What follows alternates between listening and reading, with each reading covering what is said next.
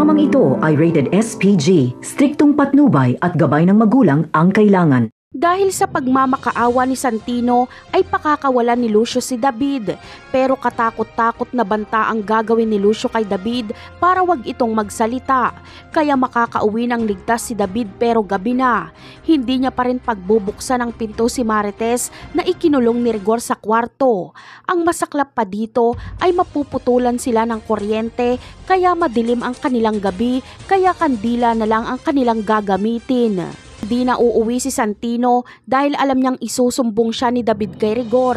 Habang si Rigor naman ay hindi rin uuwi dahil patuloy siyang magtatago sa mga pulis at iniisip niyang nakilala siya ng kapulisan at baka may mga pulis na nag-aabang sa kanilang bahay. Bagamat gustong pagbuksan ng kwarto ni Tinding at Roda si Marites ay ayaw ni David. Aabutan na lang nila ng pagkain si Marites sa loob ng kwarto.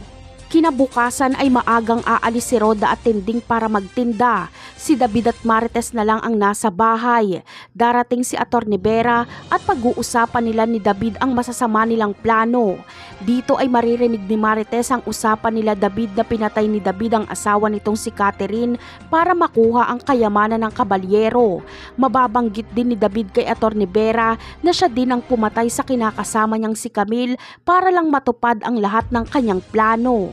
Ang lahat ng ito ay maririnig ni Marites, kaya hindi niya ito masisikmura.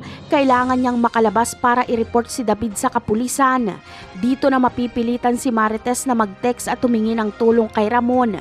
Kaya babalik si Ramon sa San Dimas para iligtas si Marites. Dahil wala si Rigor at mag-isa si David na harap kay Ramon, wala silang magagawa ni Atty. Vera kundi tumakbo para hindi mamatay. Napakarami pa nating dapat abangan sa mga susunod na episode. Paalam!